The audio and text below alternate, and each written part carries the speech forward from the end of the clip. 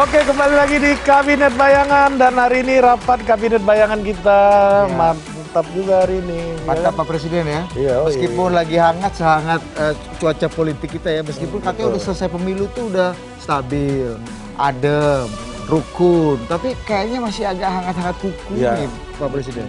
Ya biasanya yang rukun tuh yang nggak diajak. Kalau yang diajak agak-agak. Oh justru kebalik malah. Kebalik. Yang rukun yang nggak diajak, yang diajak malah bertarung. Bertarung kan.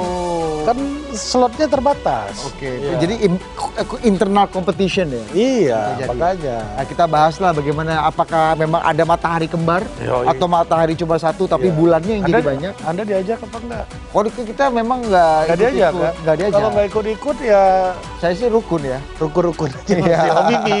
Iya.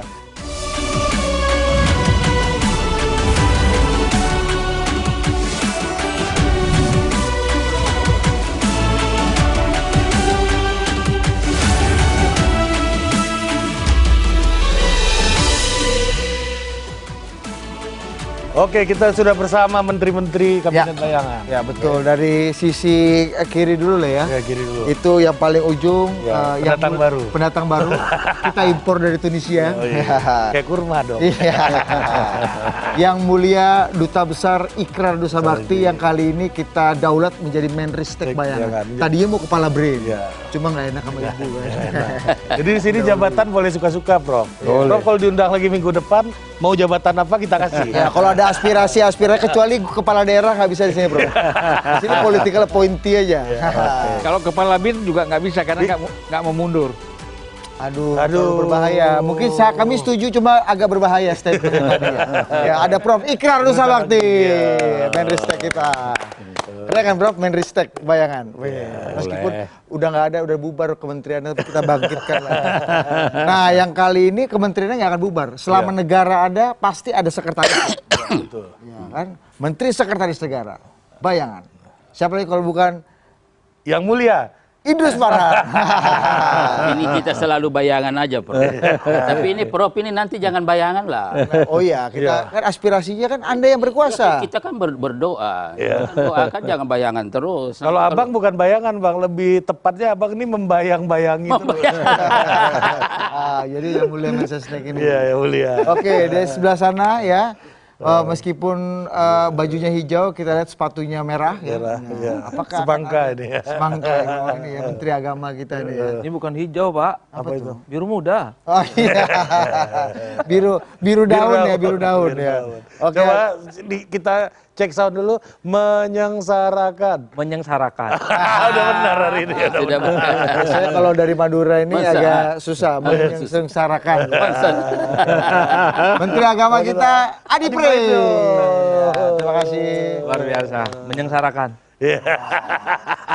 Nah yang berikutnya nih Bang, ini dari Aceh ya, kita memang hidup besar dari Aceh, makanya Aceh ini kan memang meneliti dan mengintelinya baik. Karena dulu terbiasa diinteli oleh Orde Baru ini kan.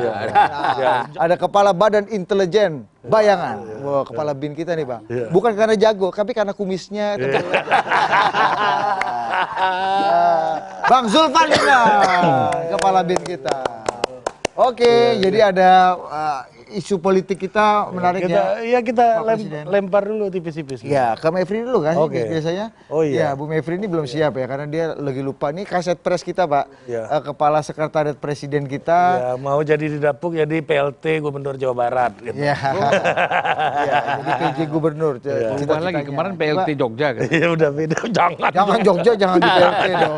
Bahaya betul lah Bang. Itu komentar Anda, Bang. Silakan, Dinda. Tapi terima kasih banyak Pak Presiden, Pak Wakil Presiden dan juga para menteri. Izin Prof, ini boleh menyampaikan laporan dulu ya. Tapi saya boleh request nggak? Dari kemarin dibilangin mau jadi PJ Gubernur Jakarta, saya kan dari Lampung ya. Bisa nggak dikondisikan biar di Lampung aja? Bisa di Waikambas Anda nanti. Ya, baik, tetap aja ya. Baiklah, kita mau laporan dulu ini Pak Presiden dan juga Pak Wakil Presiden terkait dinamika yang terjadi di negara tetangga. Ini dia, seperti yang kita ketahui ya, bahwa proses pemungutan suara atau real count KPU ini masih terus berlangsung. Dinyatakan unggul dalam hasil penghitungan suara sementara dalam sebuah forum ekonomi yang berlangsung di Jakarta pada Selasa 5 Maret lalu, calon presiden nomor urut 2 Prabowo Subianto ini menyampaikan bahwa dirinya insya Allah akan dilantik pada 20 Oktober 2024 mendatang. Dan Ketua Umum Partai Gerindra ini juga bahkan menyatakan bahwa nantinya transisi yang ada akan sangatlah mulus. Karena memang diketahui bahwa dengan sangat terbuka sudah disampaikan dirinya ini merupakan bagian dari tim Jokowi, apalagi jika dibandingkan dengan 3 kandidat lainnya. Kita dengarkan bersama. I was a bit hesitant in attending, but I understood that this was some sort of instruction from my boss. So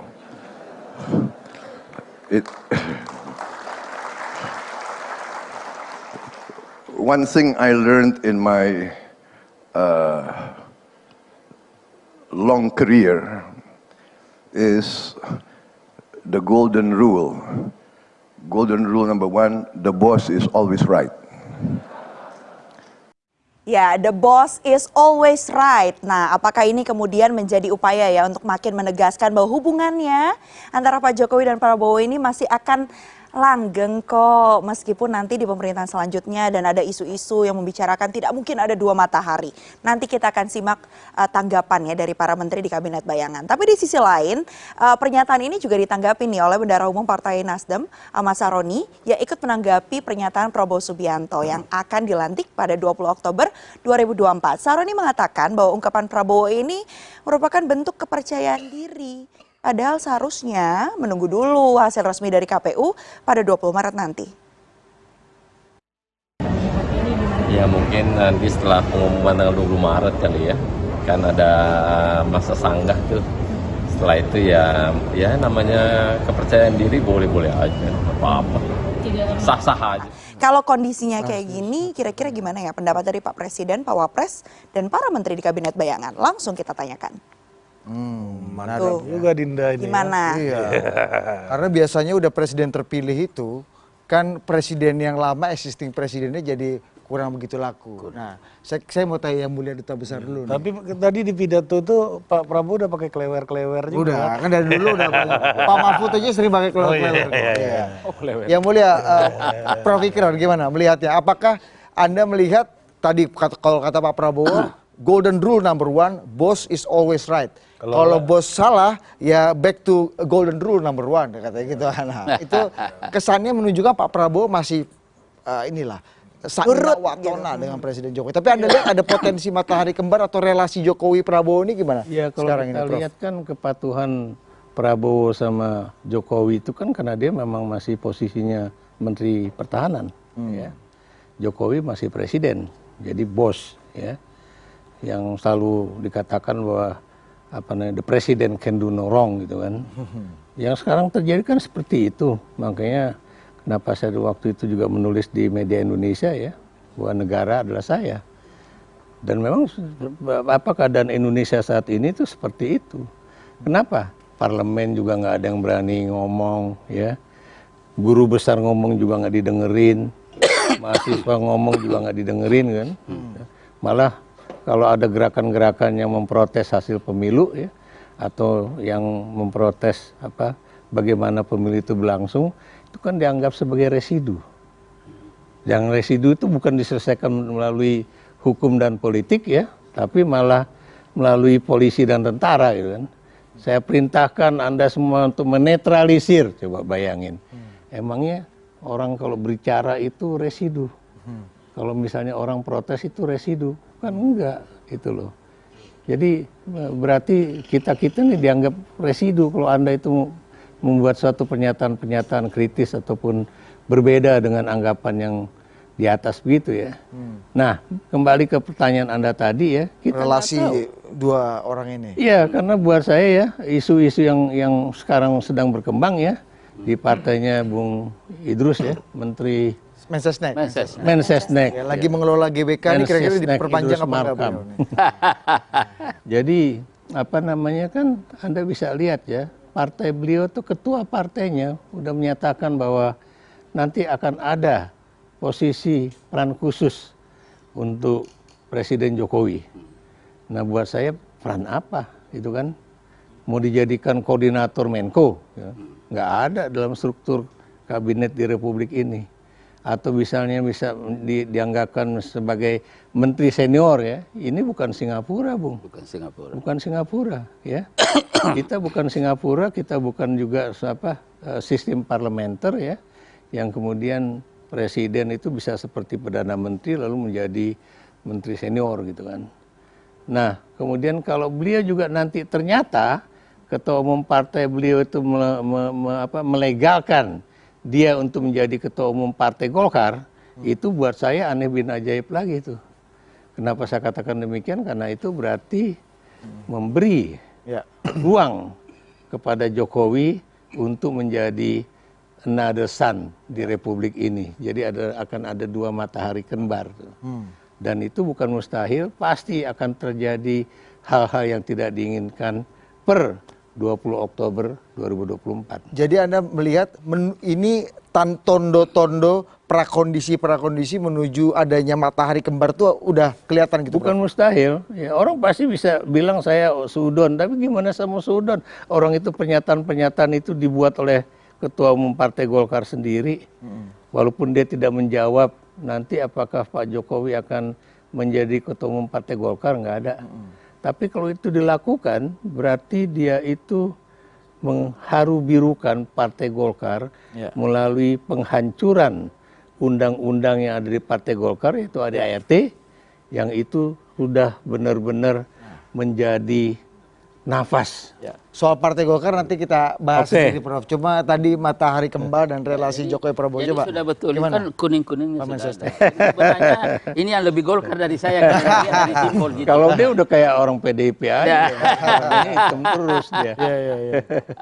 Gimana Pak Mensesnek melihatnya nih? Jadi pertama ini kan Soal matahari kembar ini. selaku ini ketua BERIN kan belum sampaikan kepada Mensesnek nih, jadi saya mungkin agak beda. Menristek, jadi agak beda karena belum menyampaikan. Jadi begini. Kepala BPPT nih. Iya, saya kira begini kalau saya. Jadi saya melihat dalam dua hal ya. Yang pertama adalah bahwa Pak Prabowo Gibran itu posisinya adalah melanjutkan. Yang dilanjutkan apa? Pikiran, gagasan, program. Berarti pengikatnya di sini adalah pikiran dan gagasan. Kalau pengikatnya adalah pikiran dan gagasan, berarti peran-peran yang akan dilakukan ke depan adalah peran fungsional, tanpa struktur. Nah itulah juga dalam kalau kita bicara tentang di birokrasi ada jabatan struktural, ada jabatan fungsional. Ya misalkan Prof ini kan lebih pada fungsional dulu ya, dia sebagai peneliti apa segala dan juga saya peneliti. Nah karena jabatan fungsional pada peneliti berarti ada pada keahlian.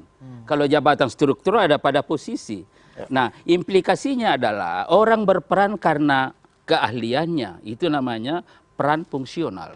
Ada juga orang berperan karena posisinya, itu namanya struktural. Jadi Pak Jokowi akan berfungsi. Saya melihat kalau dalam kesini karena Pak Prabowo berkomitmen untuk melanjutkan program-program Pak Jokowi, maka seakan-akan ada sumpah bersama. Kami bersumpah bersama akan melanjutkan, maka peran-peran yang akan dilakukan ke depan adalah peran fungsional. Tidak bisa tidak. Bagaimana Prabowo akan melanjutkan ya program-program itu tanpa melakukan dialog fungsional dalam arti pikiran-pikiran gagasan. Kan ada juga yang mengikat Bapak Presiden, yaitu menuju kemana? Sudah ada sampai pada tahun 2045. Dan di situ bayangannya, saya tidak mengatakan visi, tapi bayangan, imajinasinya seperti ini, bahwa pada tahun 2045, Indonesia akan menjadi 4 negara besar dan terkuat dalam bidang ekonomi di dunia. Nah, ini kan semua. Jadi, nah ikatan-ikatan konseptual, substansial, pikiran, gagasan ini yang memaksa bahwa kedua orang ini secara fungsional harus bersama-sama. Komitmen kalau mau keduanya terwujud. Tapi secara struktural gimana? Nah kalau secara struktural, nah bukan begini Bapak Presiden, memang ini jadi persoalan. Di Indonesia Ini maaf saja, betapapun pinternya Prof. Ikrar, Ya. tanpa ada jabatan, kadang-kadang tidak dihormati. Karena secara realitas kita di Indonesia ini menghormati jabatan, bukan menghormati pikiran dan gagasan.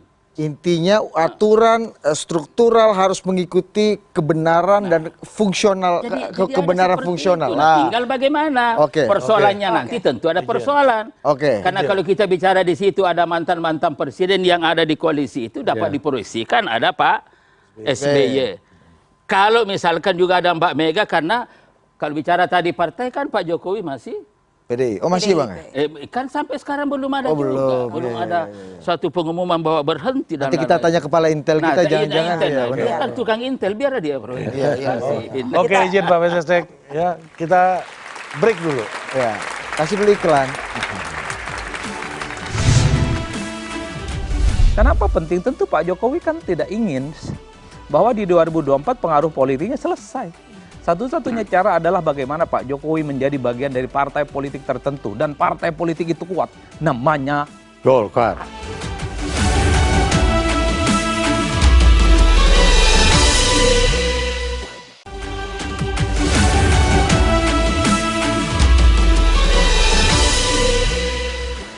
Oke, kita kembali lagi di Rapat Kabinet Bayangan. Silakan Pak Menristek ditanggapi dulu Pak Mensesnek kita ini, karena tadi poinnya adalah secara fungsional ini harus berbarengan. Ya, harus bersama-sama. Secara struktural mau tidak mau harus dicarikan. harus satu, kalau Ya. mau komitmen itu jalan, Pak. Jadi gini intinya, Dinda ini harus jalan bareng, aturan nanti kita bikin. Ya, secara strukturalnya. Nah, kurang gimana ya Mulia? Saya nggak bisa melihat seperti itu ya. Ini kan seakan-akan bahwa fungsi Jokowi sebagai presiden gitu kan masih terus akan berjalan kan gitu kan. Terlepas dari dia tidak memiliki posisi struktural gitu kan.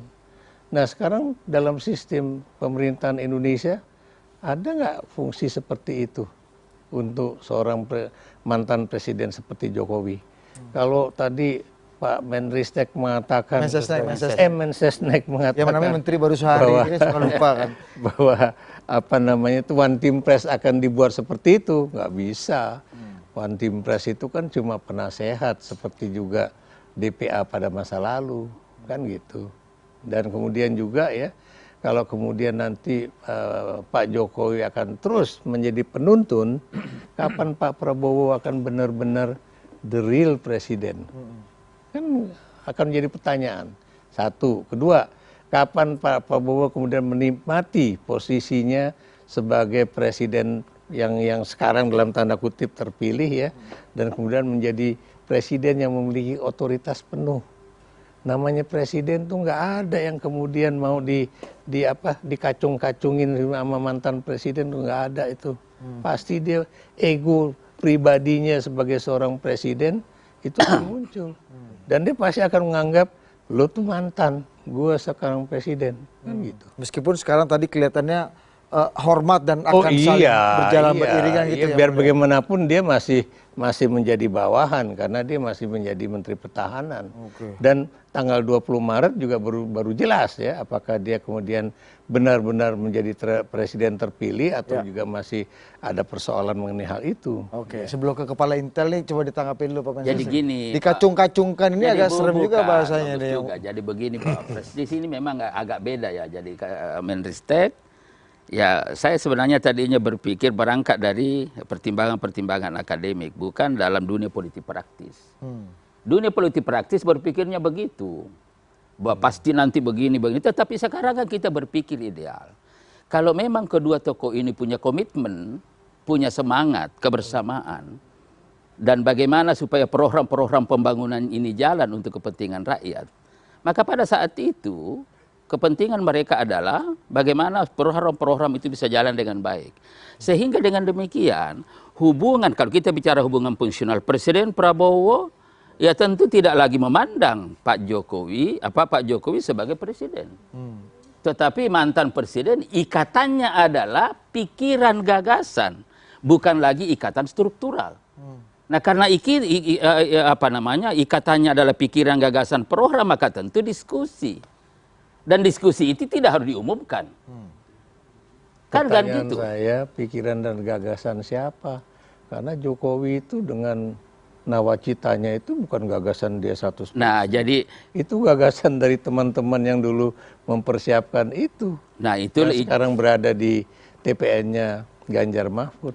jadi Prof, itu yang saya katakan tadi. Jadi itu kan real, tetapi bagaimanapun kalau misalkan di dalam sebuah institusi, ya bagaimana proses gagasan itu lahir, ada perdebatan-perdebatan konseptual, lalu kemudian kita rumuskan dalam bentuk program-program, ini milik siapa? Adalah milik presiden. Dari manapun dia. Jadi ini kan persoalan, sehingga dengan demikian maka mau tidak mau, langsung atau tidak langsung, presiden harus memahami itu. Dan posisi presiden secara struktural adalah eksekutor. Ya betul itu. Sehingga dengan demikian, nah di sini kan nanti karena kita berharap kedua tokoh ini memiliki komitmen yang sama untuk mengantarkan Indonesia menuju 2045 Indonesia emas, maka tentu di sini tidak lagi berdebat tentang siapa berkuasa atau tidak, tetapi yang diperlukan di sini adalah bagaimana program itu bisa jalan. Kita ke Menteri Agama dulu. Kalau Biar bacain doa. Ya baca. di sebuah negara itu penting nggak kita melihat siapa yang berkuasa atau tidak itu, atau memang cita-cita aja seperti yang Mensesnek bilang? Hablum minallah, hablum minannasnya gimana? Ya hanya di kita lah orang meributkan apa yang harus dilakukan mantan presiden setelah tak jadi presiden, apakah ikut partai ataukah ikut mendikte presiden terpilih. Ini kan cacat bawaan dari sistem presidensialisme multipartai ekstrim. Seakan-akan presiden terpilih itu bisa didikte, bisa diintervensi oleh kekuatan lain, kekuatan politik di luar presiden. Itu yang kemudian diributkan. Pertanyaannya bagi saya dua hal. Kalau bicara per hari ini tentu Pak Prabowo itu cukup cakap memposisikan dirinya sebagai prajurit. Sami'na wa ta'na. Tegak lurus kepada pimpinan tertinggi presiden. Mengingat posisinya adalah sebagai Menhan dan Menteri. Jadi tegak lurusnya ke Jokowi. Itu prajurit. Tapi kan kita tahu prajurit itu suatu waktu dia paham betul kapan harus memimpin. Kalau dia diberikan jabatan sebagai panglima tertinggi, saatnya dia kemudian menjadi pemimpin di Republik ini, maka saat itulah kemudian Prabowo ingin tunjukkan kepada publik, sesuai dengan amanah undang-undang, andai nanti diumumkan sebagai pemenang Pilpres, di 2024 Prabowo tak lagi jadi prajurit, tapi sebagai panglima tertinggi, di mana tongkat kepemimpinannya, proyeksi politiknya di Indonesia, yang tentukan Prabowo Subianto. Yang lain nggak mungkin bisa mengintervensi. Karena Prabowo itu memiliki 3 elemen penting yang tak dimiliki oleh Jokowi. Ketua umum partai, dukungannya yang solid, dan yang paling penting, jaringan politik di level nasional. Jokowi waktu jadi presiden 2014, nyaris tidak memiliki itu. Bukan ketua umum partai, bahkan sering disebut sebagai petugas partai. Di level politik nasional, harus dikatakan, saat itu Pak Jokowi dianggap sebagai newcomer. Belum kenal Pak Luhut, belum kenal Pak Bahlil, belum kenal Pak Erik, belum kenal Bang Sesnek, ya kan? Dan seterusnya, dan seterusnya. Belum kenal Pak Kepala BIN, bayangan, belum kenal. Sudah kenal. Maksudnya yang diekspos pada publik. Dan yang paling penting, Sudah kenal tapi tak sayang. Bukan, sudah kenal, dan memang waktu itu terjadi dualisme kepemimpinan di DPR juga. Akhirnya kita yang selesaikan juga. makanya Kan waktu 2014 saya sebagai Menteri kita Agama selesaikan, bayangan, Bro. ini terawangan istikharah dalam politik. Waduh. Bahwa Prabowo nanti kalau secara definitif sudah ditetapkan sebagai presiden, ya, dan nanti pelantikannya tanggal 20 Oktober, saya hakul yakin bahwa segala keputusan politik di negeri ini hanya Pak Prabowo lah yang akan menentukan segala-galanya. Pak Prabowo akan menjadi sentrum di mana semua legasi, proyeksi, dan eksplorasi politik ke depannya itu akan dieksekusi, tentu dengan berkoordinasi dengan yang lain. Ya. Tentu akan bicara dengan partai-partai pendukungnya, mantan-mantan presiden dan seterusnya pendukungnya. Tapi ingat, kalau soal mengintervensi dan mendikte, saya hakul yakin nggak mungkin bisa. Sesuai dengan amanat undang-undang bahwa presiden adalah seorang sosok yang secara definitif di mana masa depan bangsa itu hanya di tangan presiden. Dan bahkan wakil presiden sekalipun sebenarnya tidak terlampau penting dalam konteks ini. Makanya tak mengherankan sebenarnya wakil presiden itu disebut sebagai ban serep. Oleh karena itu dalam konteks inilah kemudian bicara tentang Jokowi next setelah tak lagi jadi presiden ini penting. Kenapa penting? Tentu Pak Jokowi kan tidak ingin bahwa di 2024 pengaruh politiknya selesai. Satu-satunya cara adalah bagaimana Pak Jokowi menjadi bagian dari partai politik tertentu. Dan partai politik itu kuat. Namanya Golkar. Nah, ini ada kuning-kuningnya. Jangan dulu sampai ke Golkar. Ini kita bicara masa transisi Jadi- ini. Tapi idenya Mensesnek tadi menurut Anda masuk akal nggak? bahwa akan berjalan bersama. Secara fungsional. Jadi gini. Oh, saya ingin- kalau itu ini Afwan dulu ini Pak Mensesnek begini. Sebagai Menteri Agama harus saya sampaikan. istihara politik. Iya, dengan berat hati harus kita sampaikan Pak Mensesnek bahwa yang disampaikan Pak Mensesnek itu sebenarnya apa yang disampaikan oleh Prof kita ini, Prof Ikrar, itu domain kita. Bicara hal-hal yang sifatnya normatif. Mensesnek sebagai orang partai yang cukup lama berpengalaman, mestinya tak bermain di wilayah itu. Politik tidak seindah yang disampaikan oleh Pak Mensesnek. Politik nggak sebegitu. Ada hitam putihnya yang seringkali luput dari pandangan para akademisi dan para profesor. Pak Mensesnek bilang, pada level politik itu praktis, berarti ada politik yang teoritis. Yang disampaikan oleh Pak Mensesnek itu adalah politik teoritis, fungsional, struktural, AIMA. Itu tak berlaku di kabinet. Oke, jadi gini. Memang secara normatif perundang-undangan posisi presiden sentral. Saya menggunakan kata-kata sentral. Dan karena itu presiden yang sebagai eksekutor. Tetapi di sini kan kita bicara secara fungsional. Kalau bicara fungsional, maka ada pikiran gagasan. Bagaimana sebuah program mau dilanjutkan.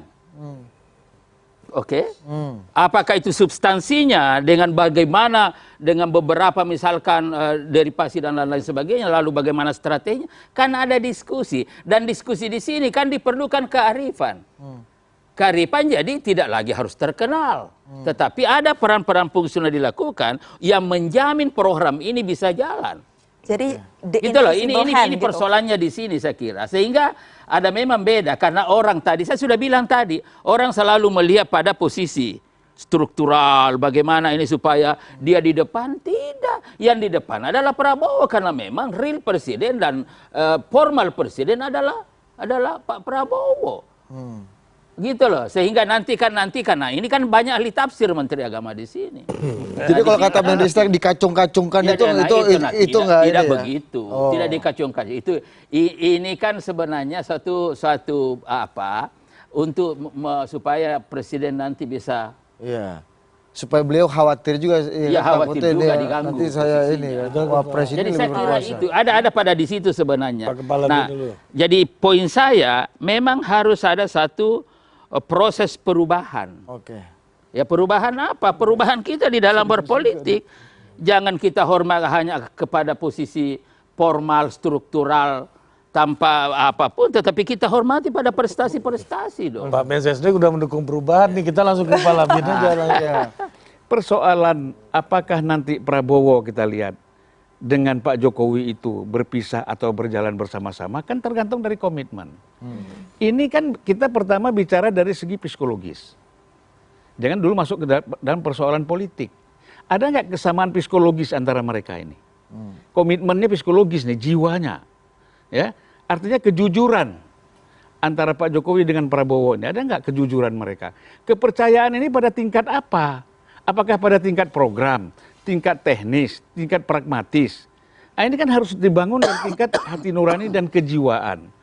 Demi kepentingan bangsa dan negara. Supaya apa yang dikatakan dengan keberlanjutan itu tidak basa-basi, tidak sloganistik.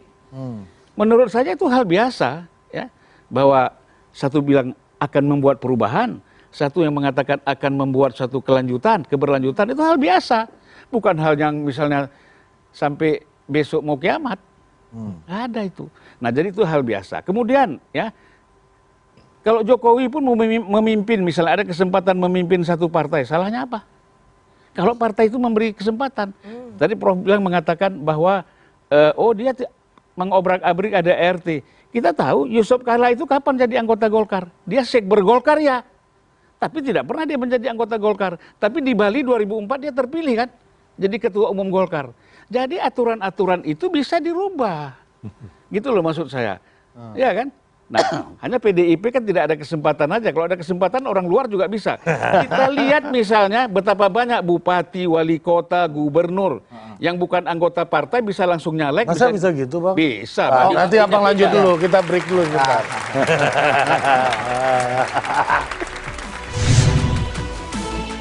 Nah sebenarnya ada orang bisa jalur anggota kehormatan langsung. Apa salah pertimbangannya? Salah satu adalah yang bersangkutan dianggap sudah punya peran untuk memajukan Golkar. Nah kalau kita bicara tentang Jokowi, Prof, Ya, ini ada jalannya.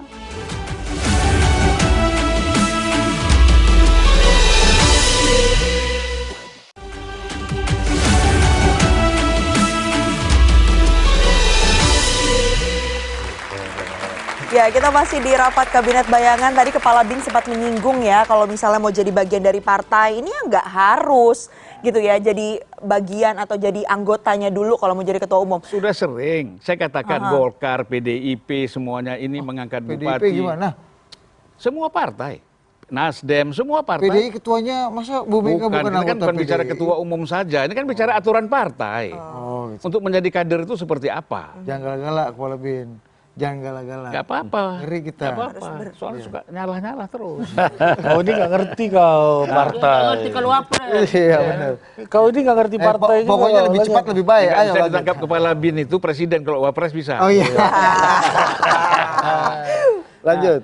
Jadi kalau kita bicara konsistensi, bicara soal kaderisasi dan lain-lain, betapa banyak bupati, wali kota, gubernur, yang tiba-tiba karena mereka punya posisi dianggap punya elektabilitas yang tinggi, popularitas yang tinggi, mereka langsung bisa jadi ketua partai di daerah. Iya kan?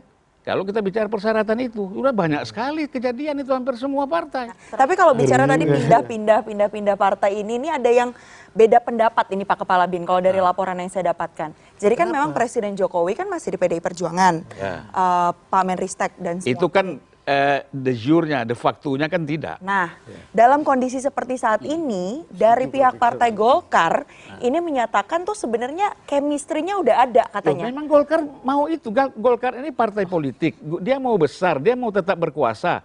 Ya siapa yang dianggap memang bisa mengangkat harkat dan kekuatan politik dia bermanfaat untuk kepentingan politik dia, pasti dia terima. Siapa orang sekarang yang paling berkuasa yang dianggap bisa membesarkan Golkar dan Golkar itu terus bisa maju ke depan, bisa Saya agak setuju nih sama Kepala kan, BIN. yaitu- Jangankan ber-KTA PDI jadi ketua Golkar, WNA aja bisa jadi menteri di zaman Pak Jokowi ini kan. Tapi dari tadi Kepala BIN ini pidatonya berapi-api seperti Surya Paloh saya ingat. Di sisi lainnya ini ya Pak Kepala BIN, kalau tadi kan bilang kan ya bisa, asalkan ya memang sudah sama, chemistry-nya ada, karakternya sama dengan karakter dari partai. Tapi ada juga yang bilang yang tadi Pak Kepala BIN, minimal harus 5 tahun dulu kata Pak JK. Kita dengerin aja yuk nih statementnya. Ada 2 komentar yang berbeda, silakan. Emang abang melihat Pak Jokowi ini kulturnya lebih Golkar daripada PDI mungkin? Pak Jokowi kan kelompok berkarya. Kalau tidak berkarya kan tidak membangun. Kan tagline-nya kerja-kerja Nah, kan? iya, kerja kan. Ya, partai kerja kan Golkar. Jadi orang yang berkarya itulah yang kita ingin sampaikan, bahwa selama kalian berkarya, selama kalian berusaha, selama kalian menghasilkan sesuatu, ya kalian adalah kelompok. Pak Jokowi sama kita aja deh gitu. Ada upaya gitu juga. Ada, ya kan Pak Jokowi kan pasti juga zamannya di mana. Dan beliau kan orang yang punya nilai-nilai kekaryaan. Jadi bukan masalah kita mengajak orang yang ingin berkarya sebanyak mungkin. Contoh Ridwan Kamil kan masuk Golkar karena ingin berkarya. Jadi saya kira banyak yang kembali ke Golkar hari ini karena merasa bahwa Golkar ini adalah partai yang berkarya. Rumah mereka dulu banyak keluar dari Golkar kan, di reformasi 98, kemudian bikin partai. Nah sekarang kan balik lagi ke rumah induknya gitu. Ya semua orang bisa bergabung ke Golkar. Tapi tentu dengan cara-cara bergabung aja boleh. Apa tidak boleh?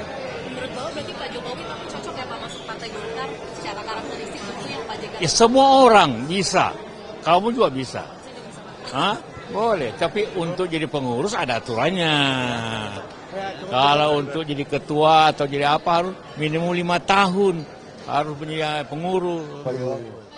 Nah ini ya. Saya yang ngomong itu. Jadi tidak apa-apa kalau gitu, bergabung saja ke Golkar, tidak apa-apa itu.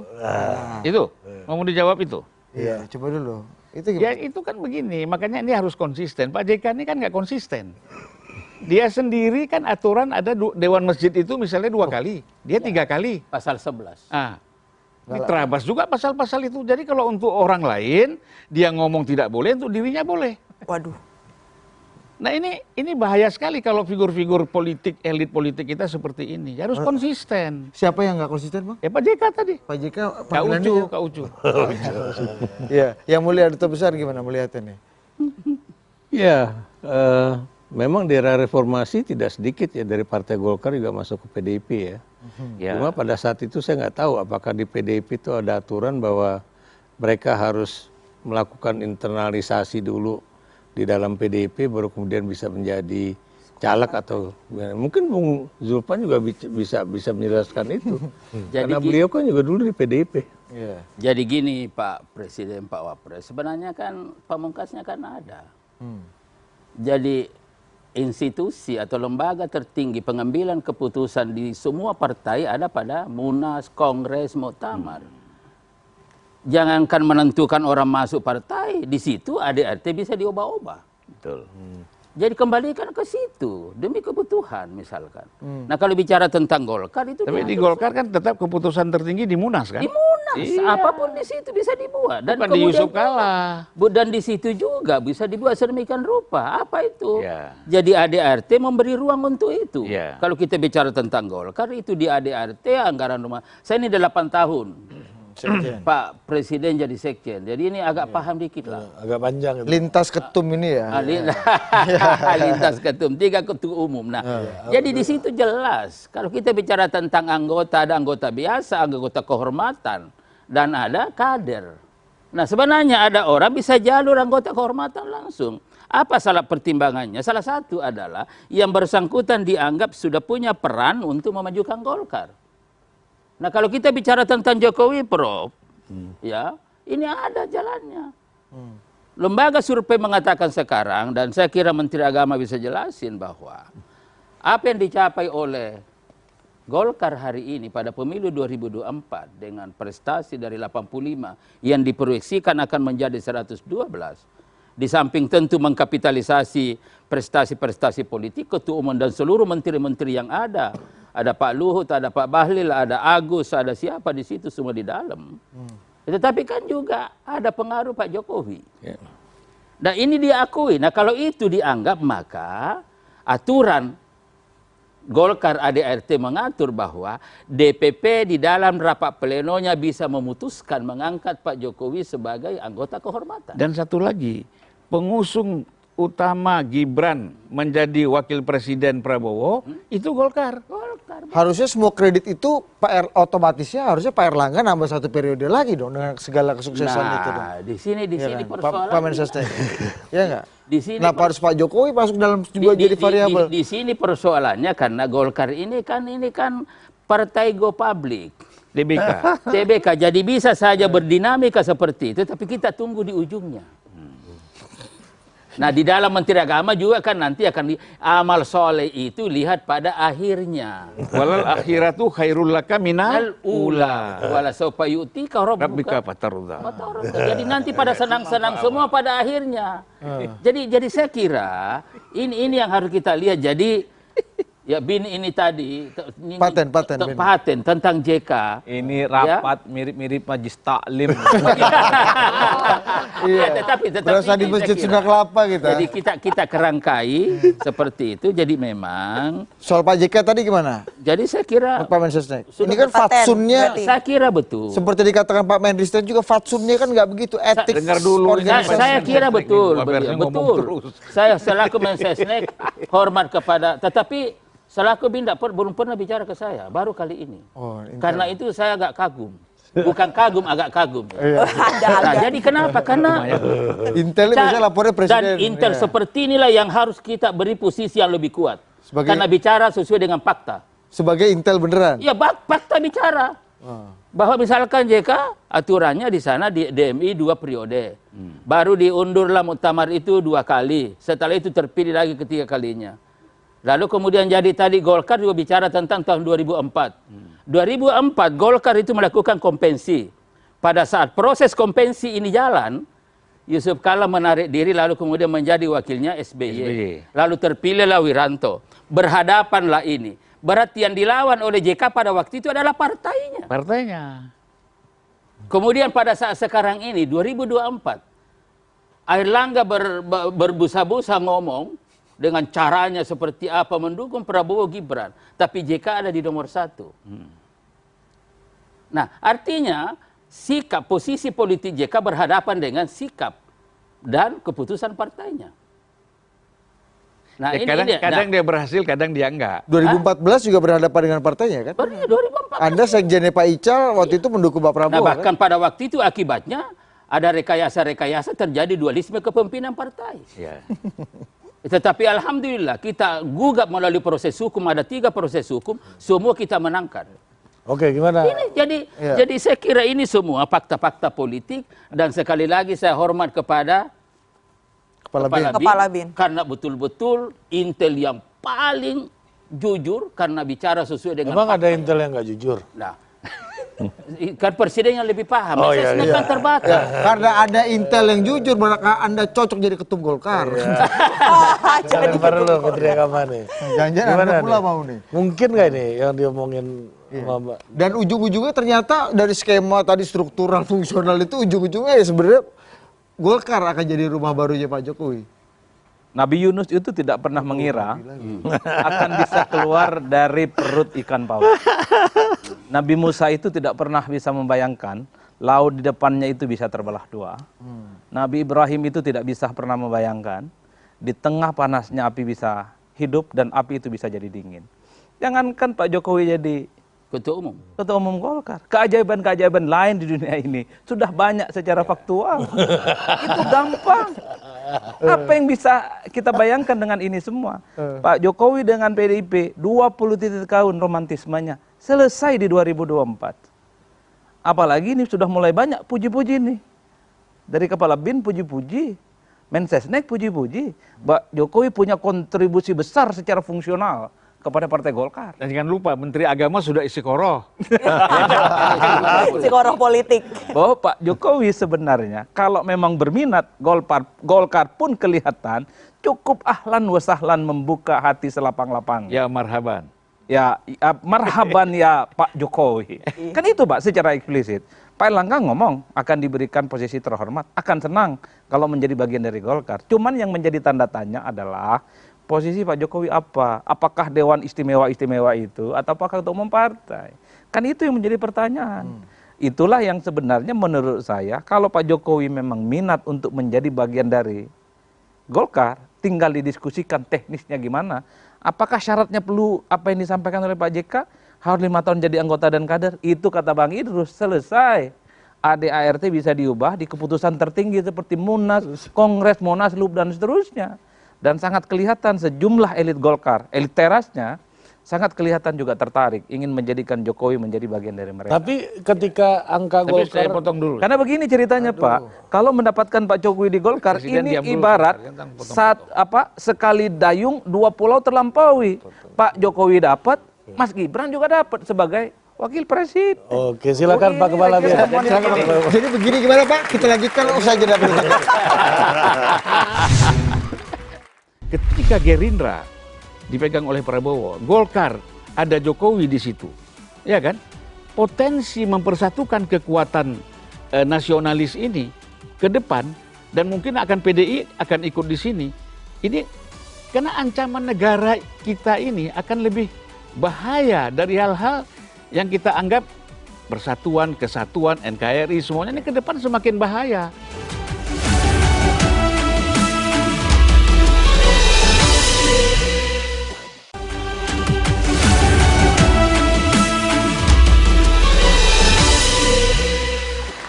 Masih di rapat kabinet bayangan, silakan Kepala BIN bisa sampaikan, saya tutupin Jadi dulu apa- ini Presiden dan Wakil. Apa Biar yang nggak motong. disampaikan oleh Menteri Agama tadi bahwa tentang nabi-nabi tadi, ini ada satu yang namanya Allah itu mempunyai kekuatan al-bada. Al-bada itu adalah Allah bisa merubah sesuatu yang sudah definitif, bisa dirubah oleh Allah. Semua yang masuk ke dalam api pasti hangus, tapi api menjadi dingin. Itu namanya al-bada, dalam agama itu disebut. Nah, jadi kalau kita bicara tadi persoalan ADART, Pak Jokowi jadi ABCD, itu kan bisa. Yang paling penting kan sebenarnya negosiasi antara Pak Jokowi dengan tokoh-tokoh Golkar nanti bukan persoalan ketua umum atau posisi apa, ya kan? Sebenarnya kan bicara persoalan fungsi dia itu sebagai apa, dan dia bisa melakukan apa. Kalau enggak hanya sekedar gitu, anggota biasa saja, ngapain? Pasti kan ada satu hal, misalnya hal-hal yang sifatnya strategis, ya itu dirumuskan bersama, itu koordinatornya adalah Pak Jokowi misalnya. Teknis-teknis eksekutif itu tidak melibatkan Pak Jokowi, silahkan saja kalian jalan. Tapi hal-hal yang sifatnya strategis, ya kan? Keputusan-keputusan polisi yang strategis itu bisa saja. Apakah nanti akan menciptakan lagi tadi potensi matahari kembar di Golkar, matahari kembar di pemerintahan? Kalau kita lihat tadi ditempatkan di tempat yang ini kita ambil contoh begini, zaman Pak Harto, Sudarmono itu kurang apa kuatnya posisi politiknya, Mensesnek, dan punya posisi kuat dalam politik. Dia sebagai ketua umum Golkar, ya kan? Semua orang tidak sama, siapa saja pun menteri takut sama Sudarmono.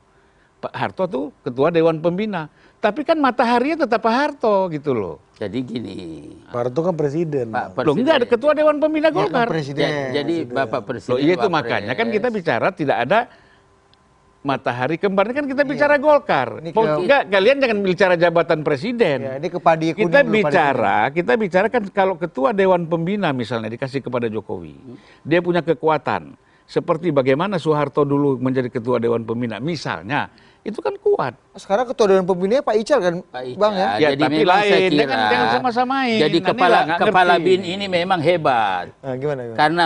Karena sudah ke partai, semua partai sudah dijajah. yang saya kira kekaryaan Marhen apa segala macam. Jadi ini yang saya katakan tadi, kadang-kadang kan kita keliru melihatnya. Melihat orang pada posisi, bukan melihat pada kewenangan. Mestinya kayak misalkan tadi dulu pada Orde Baru Pak Harto, memang ketua Dewan Pembina itu memiliki kewenangan kuat. Ya sehingga di situ ketua umum adalah seakan-akan pelaksana, Prof. Tetapi setelah itu kan ada berubah. Ya berubah ketua Dewan Pembina secara bersama-sama misalkan dengan ketua umum membicarakan masalah-masalah strategis. Kemudian kesini lagi agak semakin kuat lagi ketua umum. Bahkan memiliki diskresi untuk menentukan kebijakan apa saja. Nah, lalu kewenangan Dewan Pembina agak kurang dikit nih. Nah, sehingga dengan demikian saya kira ya ke depan misalkan, nah ini kan Pak Jokowi kita bicarain nih. Padahal kan masih di PDIP tadi kan, meskipun misalkan tadi BIN sudah mengatakan ya de facto sudah tidak, de jure. Saya tidak mau masuk seandainya kita misalkan Golkar dengan berbagai pertimbangan tadi masuk Golkar masalah posisi, ya itu mau posisinya di mana, di situ nanti ada kewenangan-kewenangan yang harus kita bicara.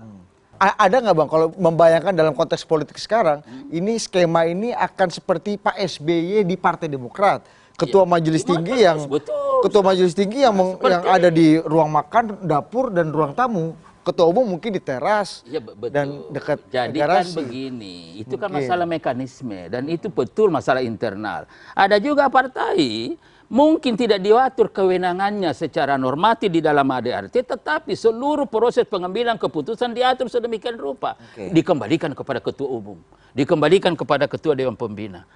Ini kan coba kan ini kan ada beberapa juga yang Bang Idrus, apakah Golkar itu akan segampang itu mengubah segala aturan politik, entah itu di Kongres, entah itu Monas atau Munaslup dan seterusnya, hanya demi misalnya ingin menjadikan Pak Jokowi sebagai sosok penting di dalamnya? Ini Golkar ini organisasi besar. Saya membayangkan suasana kebatinan elit-elit kunci ya, di luar Pak JK lah kan banyak tokoh-tokoh senior, ada Pak Akbar, ada Pak Ical dan seterusnya itu. Apakah segenting itukah kemudian harus membuat suasana kebatinan yang menurut saya ini bagi saya yang dari jauh ya agak sulit untuk membayangkan. Jadi gini, kan kita juga lagi-lagi, saya kan ini, kan tadi ini kan kita peneliti ini. Kalau kita bicara peneliti kan ada salah satu teori, rational choice theory, pilihan-pilihan rasional. Dan kalau kita bicara tentang pilihan-pilihan rasional berarti kita bicara seberapa jauh insentif politik untuk kebesaran Golkar ke depan. Lalu kemudian di situ ADART mengatakan bahwa siapapun bisa diberikan anggota kehormatan apabila sudah nyata memiliki peran untuk memajukan Golkar. Dan sudah terbukti ada. Bang, Pak Erlangga kan lebih nyata lagi ketua umum sekarang angka sudah, naik. Sukses, ya kan? Ya. Itu kita kan tidak bicara tentang dulu itu kan. Tapi kita ini kan bicara tentang Jokowi masuk atau tidak, reasoningnya apa, lalu kemudian posisinya apa.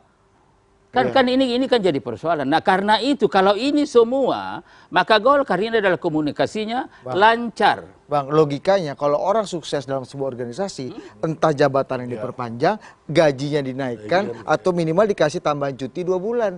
Bisa jalan-jalan kawan ini. Ya betul. Ya, kenapa Tapi Pak Erlangga kalau justru gini. mendapat ganjaran yang berbeda gitu? Kalau Bukan. Terakhir. Jadi kan Bahkan ada nama- kita kan bicara tentang Pak Jokowi. Iya. Lah, belum kita bicara dengan Erlangga. Kalau masuk misalkan pertanyaan dasarnya posisinya ada di mana? Kan itu kan. Kan tidak mungkin jadi anggota biasa saja. Nah lalu kemudian tadi bicara tentang seberapa jauh insentif politik atau benefit politik lah lebih ini yang bisa didapatkan.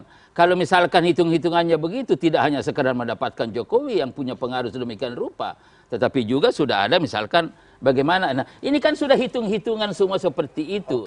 Nah lalu bagaimana misalkan, nah ini memang jadi ini nanti masalah psikososial di dalam Golkar, sosial politik di dalam Golkar yang perlu tetap dikomunikasikan. Dan saya punya keyakinan kalau misalkan ini selesai, ini tidak ada masalah. Saya jadi bingung nih dengerin kawan lama saya nih Bung Idrus nih. Kenapa ya? Karena saya pernah menulis tentang akrobatik politik ya. Itu dari omongan dia tuh. Gara-gara dia ngomongin Erlangga Hartarto sedang melakukan akrobatik politik ya, akibat dari persoalan hukum yang sedang dihadapi. Ya betul. Nah makanya kemudian masuklah dia ke gabungan dengan Prabowo lah gitu. Nggak lupa loh saya. Makanya itu jadi tulisan saya itu ya.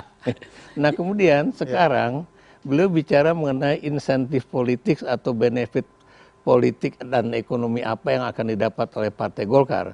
Kalau buat saya ruginya lebih banyak. dengan masuknya Jokowi. Betul. Gimana Prof? Satu. Dan kenapa sih Pak Jokowi harus punya rumah baru gitu setelah dia purna Itu tugas? menunjukkan ya nanti Menteri Agama bisa apakah saya salah atau enggak ya. Tafsirnya ya. Iya, satu ya, itu menunjukkan bahwa Jokowi memang tidak mau melepaskan posisi kekuasaan dia. Ya. Paling tidak cawe-cawe politiknya itu akan berlanjut. Nah, mengapa kemudian saya katakan ini akan merugikan Partai Golkar? Sebab kalau Jokowi ada di Partai Golkar, dia akan berhadapan dengan Gerindra sebagai partai. Sekarang aja, ini Bung Idrus pasti tahu lah, Gerindra tuh lagi sakit hatinya setengah mati tuh. Kenapa gue yang harusnya partai nomor 1 sekarang malah turun jadi nomor 3 gitu kan? Kenapa itu terjadi? Salah satunya tadi Bung Idrus juga mengatakan akibat dari permainan istana yang menggelumbungkan Partai Golkar bisa naik sampai. Tapi saya nggak setuju sama Prof ini. Kenapa? Pertama tadi persoalan ketua umum. Saya kira kan semua, Megawati juga tidak mau melepas ketua umum. Kenapa? Dia ingin tetap terus berkuasa kan, bisa mengendalikan. Oh bukan, ini bicara Jokowi nih. Nanti dulu. Kemudian enggak, kita bicara dulu nih, kita harus lihat apa wawasannya ini mesti kita perluas gitu loh. Jangan kita terjebak kepada satu orang. Sama juga dengan Prabowo. Iya kan? Berapa tahun dia jadi ketua umum Gerindra? SBY merangkap ketua Dewan Pembina. SBY sudah dia Dewan Pembina, anaknya ketua umum. Nah, jadi saya kira ini hal biasa dalam politik. Bukan satu hal yang luar biasa. Kalau kita belajar ilmu politik ini kan biasa. Apa yang dilanggar di sini? Kan apa yang dilanggar? Apakah ini ada etika demokrasi yang dilanggar? Kan nggak ada. Prof, gimana Prof? Ini nanti dulu, ini satu keinginan ya, satu keinginan yang memang dibutuhkan oleh Golkar. Karena gini, Prof kan tadi mengatakan, saya nggak yakin itu akan ada konflik antara Gerindra dengan Golkar. Ini justru sinergitas yang cukup luar biasa dalam menjaga stabilitas ke depan. Ya, soal turun 1%, 2% itu nggak ada persoalan lah. Tetapi dianggap ketika Gerindra dipegang oleh Prabowo, Golkar ada Jokowi di situ, ya kan? Potensi mempersatukan kekuatan nasionalis ini ke depan dan mungkin akan PDI akan ikut di sini. Ini karena ancaman negara kita ini akan lebih bahaya dari hal-hal yang kita anggap persatuan, kesatuan, NKRI, semuanya ini ke depan semakin bahaya. Oke, kita kasih Prof Ikrar, gimana? Jadi Bro? gini, kenapa saya Lebih katakan banyak bahwa itu ruginya akan tadi terjadi clash ya. Kenapa demikian? Karena biar bagaimanapun yang namanya ego seseorang itu pasti lebih tinggi. Saya ingin melanjutkan tadi Menteri Agama mengatakan ya, Prabowo itu udah jadi prajurit cukup lama ya. Dia patuh kepada Jokowi itu paling nggak juga 5 tahun. Itu kalau dalam teori politik ya, itu yang namanya prajurit itu kalau dia selama ini mengawal seorang pemimpin yang naik kuda. Ya, Kuda ini. Ya, itu kan ada bukunya ya, The Man on Horseback. Jadi laki-laki di pelana kuda. Inilah Prabowo sekarang. Jadi bukan karena dia punya kuda juga di range dia di Hambalang ya, tapi dia adalah seorang prajurit yang juga ingin yang punya mimpi bahwa suatu saat saya seperti orang yang saya kawal yang sedang duduk di pelana kuda.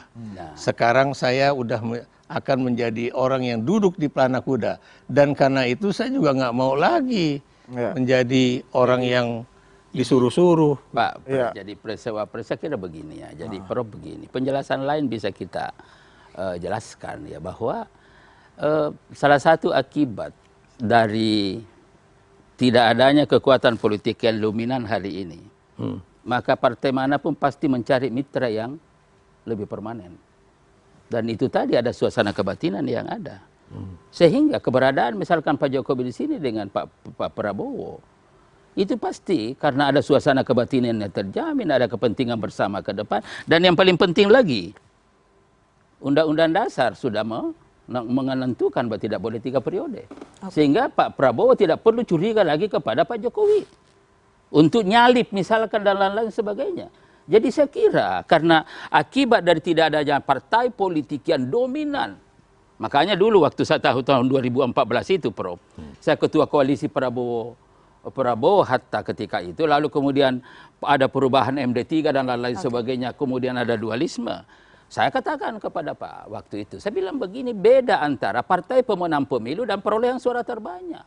Ketika itu PDIP bukan pemenang, tetapi perolehan suara terbanyak. Pemenang itu adalah partai yang mendapatkan kursi 50% lebih 1, sehingga tidak perlu bantuan orang, bisa menentukan apa saja. Tapi apakah jadi posisi hari ini Pak Presiden Wapres adalah Pak Prabowo butuh mitra yang lebih permanen, yang suasana kebatinan, yang punya visi. Yang saya katakan tadi, antara Pak Jokowi dengan Prabowo sudah diikat oleh komitmen. Ketika Pak Prabowo menyatakan saya melanjutkan, seakan-akan ada sumpah bersama. Wah, sumpah dan bersama. saya ingin mengatakan bahwa di sini sudah ada pembaiatan. Kalau dalam Kristen ada pembaptisan politik. Jadi ini yang mengikat sebenarnya. Begini Bung Idrus, Pak Menteri, sedikit Pak Menteri. Nah, banyaknya Pak Kepala BIN lebih asik kalau di segmen berikutnya. Tetap bersama kami. Apalagi nih ketua umum partai beliau ya, Erlangga Hartarto tuh kayaknya ngasih angin terus tuh. Nanti akan dikasih peran. Ya. Kalau peran itu dilegalkan, tadi saya katakan ya, itu buat saya itu adalah bom waktu buat koalisi ini. Karena biar bagaimanapun akan terjadi matahari kembar di dalam koalisi Indonesia Bersatu, koalisi Indonesia Maju Jilid 2.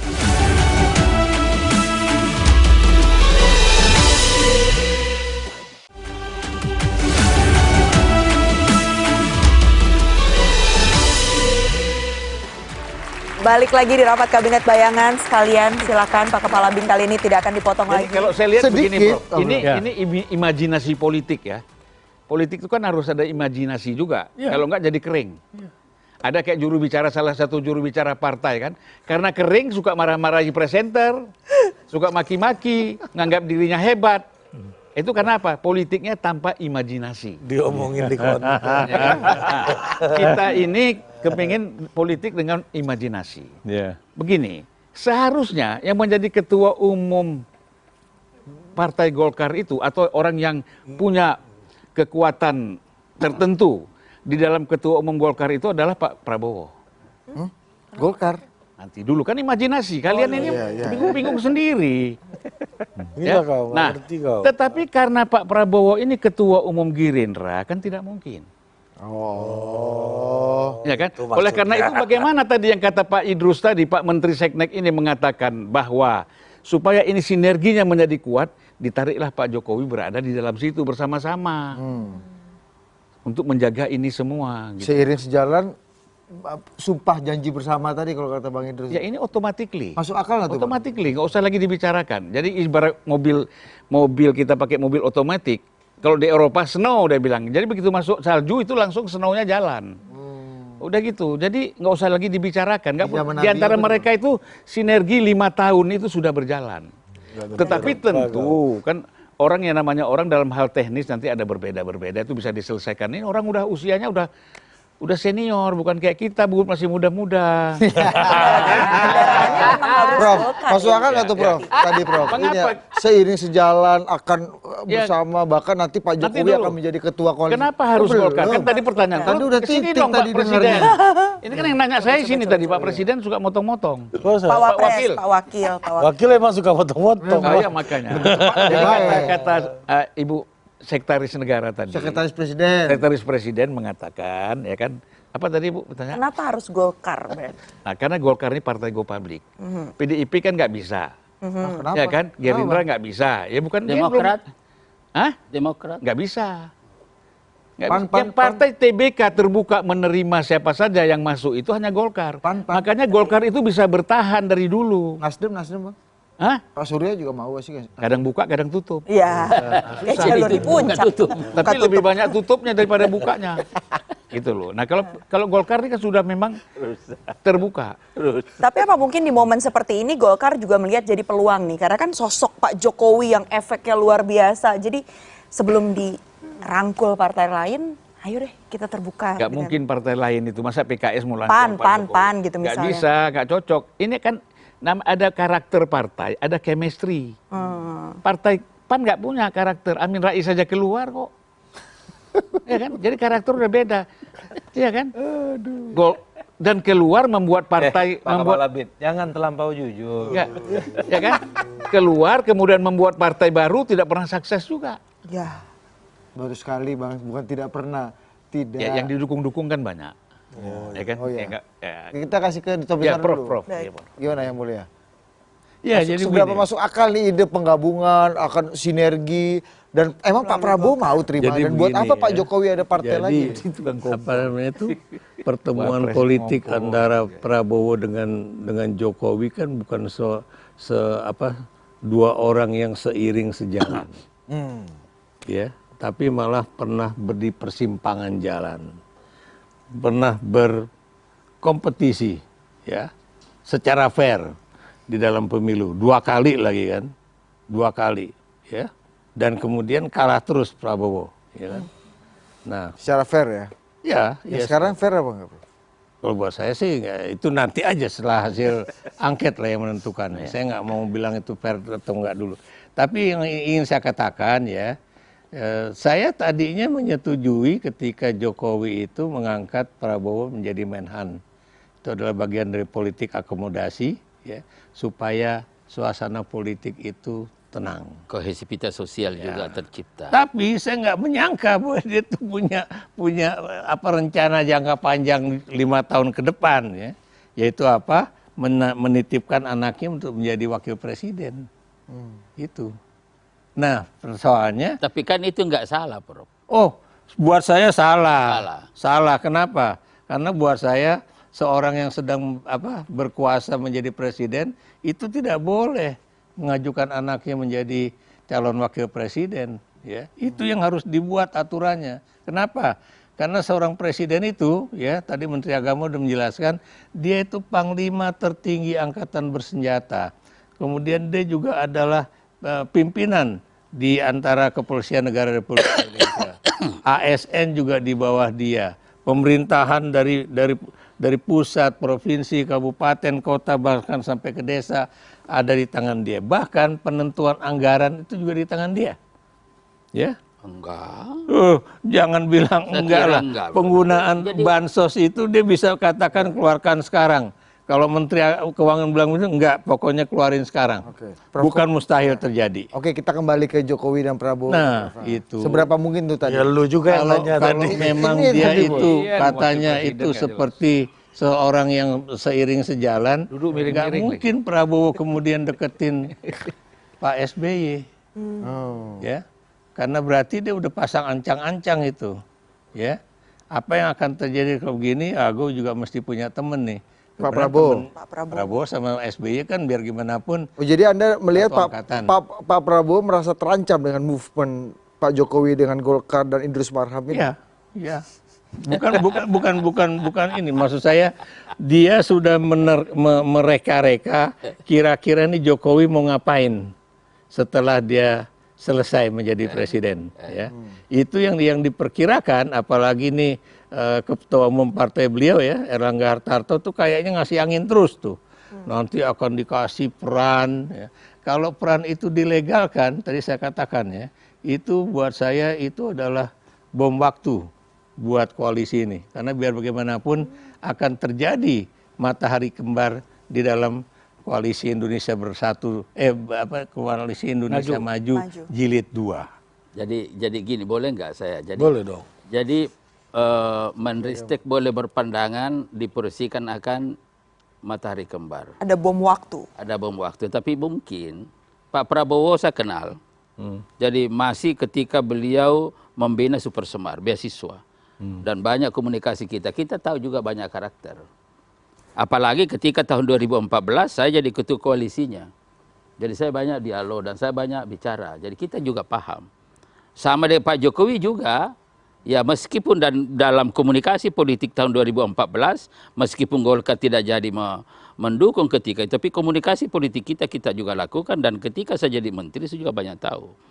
Jadi apa yang dikhawatirkan oleh Menristek bahwa nanti ada matahari kembar, saya punya keyakinan tidak.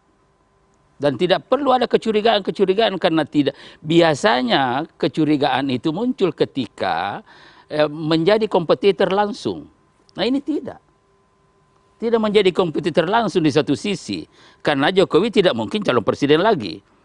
Katakanlah kita ingin proyeksikan Pak nanti bagaimana ke depan misalkan Prabowo, maka secara individual Pak Jokowi bukan lagi kompetitornya. Ini satu poin.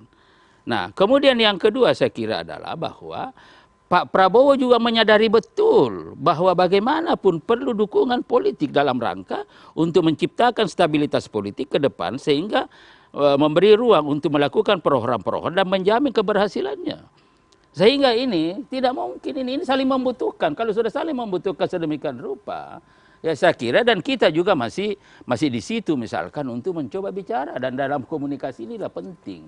Nah, yang paling prinsip menurut pandangan saya lagi adalah bahwa kedua-duanya diuji. Betul. Ini memang tantangannya di sini, diuji oleh masyarakat seberapa jauh komitmen, niat baik, motivasi kedua-duanya yang memiliki komitmen, dan seperti yang disampaikan oleh Bang Surya Paloh bahwa memiliki semangat yang sama, semangat persahabatan, semangat kekitaan, semangat persaudaraan, mengedepankan kepentingan rakyat daripada hanya sekedar ini di sini nih. Menteri Agama dulu. Ini pertanyaan saya ke Menteri Agama nih. Kalau di kampung saya tuh orang teriak-teriak dia ada dua. Beneran mau ngelawan, teriak, atau mau jualan barang di pinggir jalan itu juga teriak-teriak gitu. Nah ini yang di luar lagi teriak nih mau gabung ke dalam atau gimana sih sebenarnya tuh mau membangun oposisi? Nah kita jawab setelah ini. Oleh karena itu, sebelum Nasdem menyatakan siap akan jadi oposisi 2004, PKB, PKS, dan P3 belum siap menjadi oposisi, maka sepanjang itu juga iman politiknya akan goyang-goyang. Kekuasaan itu bikin meleleh, jangankan batu, baja saja itu satu tetes kekuasaan. Langsung sembelehoi iman politiknya.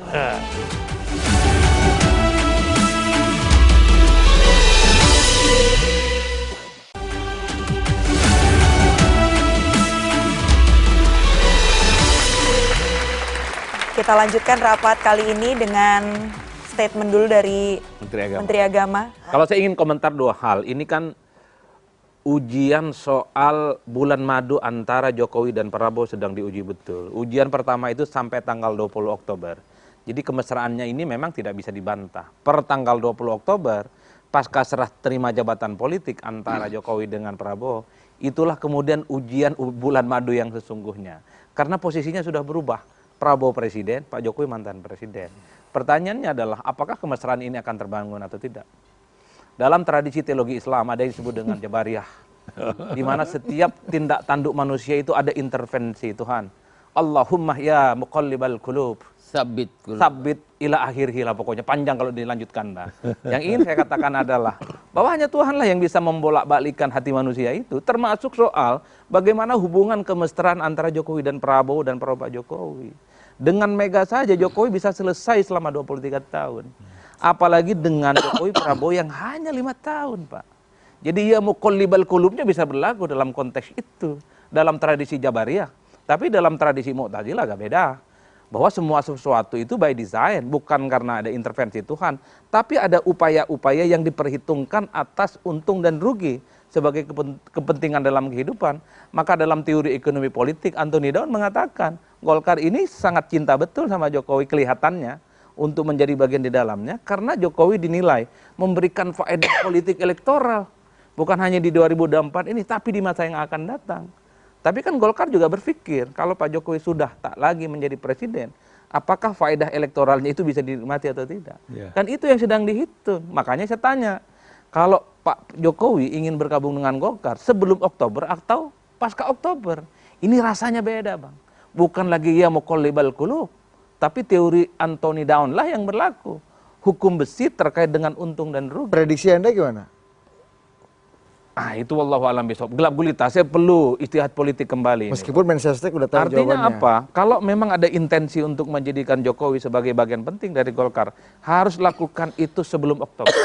Karena kalau pas Oktober akan lagi beda ceritanya. Kalau ini soal PDI dan partai-partai yang saat ini berada, hak angket. Ya, Nasdem, P3, PKB. Nasdem enggak dong. Di antara 5 partai politik ini yang menurut saya paling siap untuk menjadi oposisi di 2024 hanya PDIP. PKS. Saya ingat persis pernyataan PDIP beberapa waktu yang lalu, ini sama dengan pernyataan Prabowo 2014 ketika kalah dari Jokowi.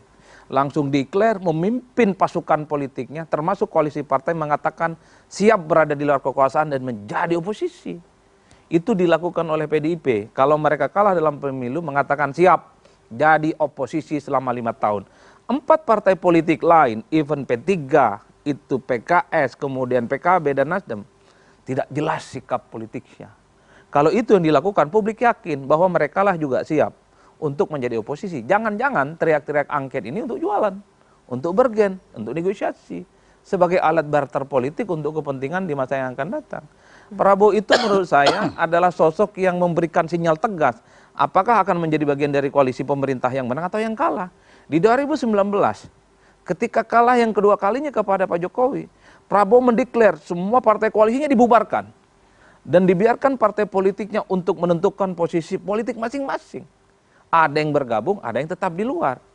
Kan begitu jalan ceritanya. Yang tetap di luar itu 2019. PKS. 2019 maksud saya. PKS tetap di luar, even Prabowo pun juga menjadi bagian di dalam. Oleh karena itu, sebelum Nasdem menyatakan siap akan jadi oposisi 2004, PKB, PKS, dan P3 belum siap menjadi oposisi, maka sepanjang itu juga iman politiknya akan goyang-goyang. Kekuasaan itu bikin meleleh, jangankan batu, baja saja itu satu tetes kekuasaan. Langsung semlehoi iman politiknya. Langsung diterima dengan lapang dada. Yang kuat PDI? Yang kuat sejauh ini PDIP. Tapi kalau PDIP itu ada gengsi, Pak, yang dibangun. Ada barrier juga di situ. Barriernya apa? Ada Gibran sebagai replika politiknya dari Pak Jokowi. Tapi itu tadi, Pak, saya tidak bisa membayangkan politik di Indonesia itu hitam dan putih. Terlampau polos. Sebagaimana halnya saya terlampau polos membayangkan Jokowi tak akan pisah jalan dengan PDIP. Jangan-jangan sekalipun PDIP menyatakan akan menjadi oposisi di 2024 akan kena tsunami. Ya muqallibal qulub. Iman politiknya akan berubah karena sentuhan-sentuhan kekuasaan itu, Pak. Ya muqallibal qulub, wahai Tuhan yang membolak-balik hati manusia. Ini masih ada waktu sedikit. Masih ada. Ya, jadi saya pikir begini. Pak Surya akan kuat gak jadi Masalahnya oposisi? kalau kita bicara oposisi di Indonesia ini kan abu-abu. Ya. kita mengartikan oposisi hanya sekedar karena tidak ikut di dalam kabinet, kan itu? Bicara dikit. Ya. Oh, kenapa kita bilang oposisi? Karena mereka tidak ikut dalam kabinet. Tetapi kalau kita lihat di dalam parlemen beda sama parlementer. Parlementer itu kan selalu berhadapan-hadapan. Nah, di dalam kita ini saya pengalaman, 12 tahun saya menjadi anggota DPR. Itu saya lihat sekali bahwa antara satu koalisi yang bertentangan di dalam kabinet, dia bersatu mengambil keputusan bersama-sama dengan kabinet yang di luar, bahkan berhadapan dengan kabinet yang dia bersama-sama keputusan yang bersama-sama dalam kabinet. Itu sering sekali terjadi. Misalnya begini. Golkar dengan P3 waktu itu. Ya, kemudian bukan itulah. Misalnya kita salah satu itu. Ya, Prof, 10 tahun PDI di oposisinya Pak SBY kan itu. juga sering sama Bang Idrus kita lihat kan bahwa dalam keputusan tertentu PKS dengan PDIP sama. Nasdem dengan PKS sama berhadapan dengan PDIP, padahal sama-sama anggota kabinet. Jadi itu yang saya katakan ini keputusan oposisi abu-abu. Semuanya minta jadi komisaris. Ya kan, memang tidak masuk dalam kabinet. Tapi kalau kita PDI ada nggak jadi komisaris BUMN? Gerindra ada nggak? Semua partai ada. Kalau memang konsisten mau oposisi tidak ambil semua posisi apapun di dalam pemerintahan. Kalau Pak Surya menurut Anda konsisten nggak? Dia kan belum pernah oposisi. Bagaimana kita mau cara konsisten? Iya. Dia belum pernah oposisi kok. 2014 dia dalam kabinet, 19 dalam kabinet. Hanya karena Anies saja dia angkat sebagai antitesisnya Jokowi kan. Itu kan bolak-balik juga ketemu Jokowi kan sudah berapa kali. Tapi kan kalau ketemu nggak ada masalah kan juga masih dalam kabinet Indonesia Maju. Jadi belum bicara tanggal 20 dan bulan Oktober tahun ini. Ini masih bicara 2019 sampai Oktober 2024. Ya. Berarti ada ikatan itu masih. Ya makanya saya katakan tadi bahwa kalau kita bicara Surya Paloh dia belum pernah oposisi. Ya. Karena dia masih ada dalam kabinet. Tapi sebenarnya begini Pak Kepala BIN. Ini memang kan kalau kita bicara tentang oposisi dan konsepnya Prof ini ada anomali, memang kadang-kadang terjadi itu. Ada beda dalam hal tertentu perilaku institusi dan perilaku elit. Itu yang dijelaskan oleh Kepala BIN kita sama-sama di DPR. Ini beda nih, ini partainya ini adalah oposisi. Tapi ketika sama-sama membahas anggaran, kok sama? Cocok barang ini. Cocok barang ini. Ada lagi misalkan kepentingan-kepentingan ini sama. Pertanyaannya, apakah perilaku elit partai tertentu itu berbeda dengan kebijakan partainya atas inisiatif elit yang bersangkutan atau atas penugasan partainya karena kepentingan tertentu? Ini nanti kalau saya begini deh terakhir dari Menteri Agama. Kalau saya jadi pemenang pemilu partai penguasa, haram hukumnya mengajak mereka yang kalah. Udah itu aja.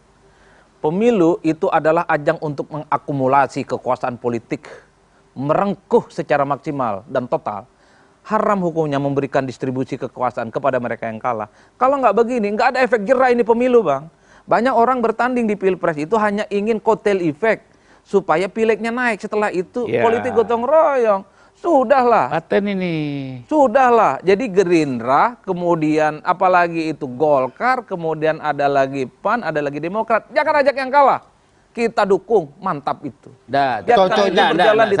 Cocok juga Anda jadi ketua Dewan Masjid menggantikan Pak JK. Oh, sangat mantap, Pak. Oh iya, mantap, tadi tidak jadi karena sudah 3 periode. Tapi saya ingin bicara begini. Nah, ini tadi kan bicara tentang konsep gotong royong, konsep kekeluargaan. Abang dah begini. Gotong royong itu tak harus jadi menteri. Bukan. Udah di luar aja gotong royongnya. Ikhlas lillahi ta'ala membangun negara. Itu kan tadi kita sudah diskusi. Bagaimana pola komunikasi, misalkan diajak bareng-bareng sementara posisi strukturalnya beda. Jadi ada pemerintahan dan ada oposisi. Ini kan kalau kita ingin jelas betul. Jangan posisi strukturalnya beda, tetapi secara fungsional masih komunikasi. Dan praktek politik itu yang terjadi hari ini. Iya, makanya gini, kalau tadi yang dijelaskan oleh Menteri Agama, bahwa oposisi yang kalah biar saja di luar, supaya yang tadi mukallibul qulubnya itu dia istighfar. Istighfar, bukan bersyukur. Alhamdulillah. Kau istighfar, kau udah kalah, kau ada di luar, berjuang kau. Prof, tadi bayangan Anda, ini PDI, Nasdem, P3, PKS, PKB ini akan seperti cita-citanya Pak Prabowo nggak akan dirangkul semuanya untuk menjadi koalisi yang besar. Itu bukan cita-cita Pak Prabowo aja, itulah otak yang ada di pikiran Jokowi yang tidak menginginkan adanya oposisi. Karena itu politik itu kan adalah suatu politik yang ribet, panjang, penuh dengan konflik, penuh dengan rapat-rapat lama. Itu pidato Pak Prabowo tadi di depan pertemuan Bank Mandiri, di situ menunjukkan bahwa politik kita sekarang tuh masih costly, kemudian apalagi itu melelahkan, crowded, terus melelahkan, kemudian juga penuh dengan hal-hal yang nggak baik, walaupun beliau masih punya pikiran positif ya untuk memperbaiki. Tapi yang saya yakin dia juga nggak akan mau seperti yang disebutkan oleh Menteri Agama tadi ya, yang kalah-kalah, yang menang-menang. Kenapa? Karena jumlah partai dia kursinya lebih dikit dibandingkan dengan yang di luar. Jadi kalau saya melihat ya Prof, itu kata kuncinya ada pada harmonis dalam kemajuan. Itu bukan konflik dalam kemajuan. Baik, Pak Mensesnek, waktu sudah habis, tapi pertanyaan terakhir banget, Pak Jokowi akan gabung Golkar kapan? Setelah 20 Oktober apa sebelum 20 Oktober? Nah, ini kan namanya komunikasi politik. Kemauan Anda? Lebih cepat lebih baik atau gimana Pak? Itu kata JK.